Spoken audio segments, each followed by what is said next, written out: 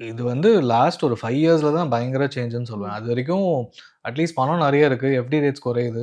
Try பண்ணலாமா? அப்படின்னு சொல்லி நெறைய பணம் இருக்கவங்க கொஞ்சம் கொஞ்சமா ட்ரை பண்ணாங்க. அவங்களால ரூ. 50,000 போட முடியும், 1,00,000 போட முடியும்னாலும் ஒரு 5,000, 10,000 ம். ஸ்டார்ட் பண்ணவங்க தான் ரொம்பவே அதிகம். 2014, 15ல இருந்து.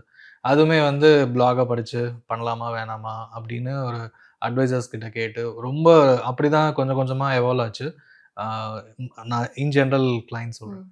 ஸோ நான் லாஸ்ட் 10 இயர்ஸ்ல பார்த்த வரைக்கும், இந்த கோவிட்ல நெறைய யூடியூப் வீடியோஸு எல்லாருக்குமே டைம் இருந்தது. ஸ்டாக் மார்க்கெட்ல நெறைய லாஸஸ் ஆகுதுன்னும்போது, அ கொஞ்சம் பயம் இல்லாம ஏதாவது பண்ண முடியுமா அப்டின்னா, மியூச்சுவல் ஃபண்ட் பத்தி அ எல்லா பெர்சனல் ஃபைனான்ஸ் சேனல் தாண்டி எல்லா அவேர்னஸ் சேனல் எந்த ஒரு யூடியூப் சேனலா இருந்தாலும், இன்ஸ்டாகிராமா இருந்தாலும், அ எம்எஃப் டச் பண்ணாம இருந்ததில்ல.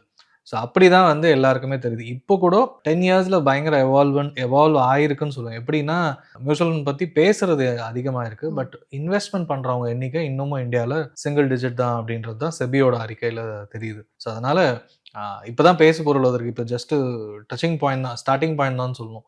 இன்னும் யுஎஸ் மார்க்கெட்டோ இல்லன்னா பிரேசில் மாதிரியான நம்ம கம்பேர் ம். பண்ணக்கூடிய மார்க்கெட்ட கம்பேர் பண்ணும்போதே நம்ம வந்து 1/4 இல்ல 1/5 தான் இருக்கோம்னு சொல்லலாம்.